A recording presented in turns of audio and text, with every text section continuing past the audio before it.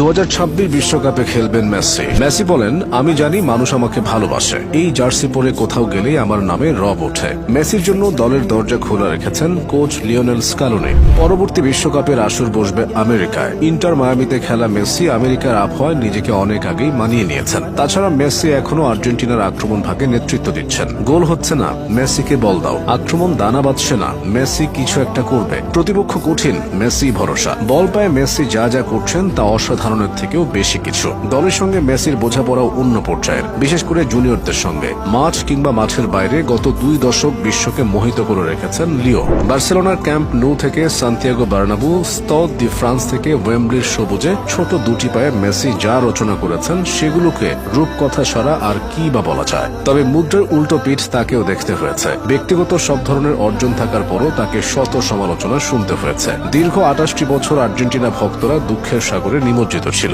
পরপর 3টা মেজর টুর্নামেন্টের ফাইনালে হেরে অবসরের সিদ্ধান্ত নিয়ে ফেলেছিলেন মেসি। কিন্তু পরাজিত হয়ে চলে যাওয়ার জন্য তার জন্ম হয়নি। মেসি ফিরে এলেন যেভাবে আর কেউ ফিরতে পারেনি। ট্রফি খরায় আটকে থাকা একটা দলকে সব ধরনের ট্রফি জিতিয়েছেন তিনি। ভাঙনের দ্বার প্রান্তে পৌঁছানো আর্জেন্টিনাকে এক সুতোয় গেঁথে যেন রণাঙ্গনে নেমেছিলেন। শুরুটা হয়েছিল চির প্রতিদ্বন্দ্বী ব্রাজিলকে হারিয়ে। 5 বারের বিশ্ব চ্যাম্পিয়নকে পরাজিত করে কোপার শিরোপা জেতার পর আর্জেন্টিনার আত্মবিশ্বাস বাড়তে শুরু করে। এরপর ফিনালিসিমা এবং বিশ্বকাপ কোনো কিছু আর বাদ যায়নি।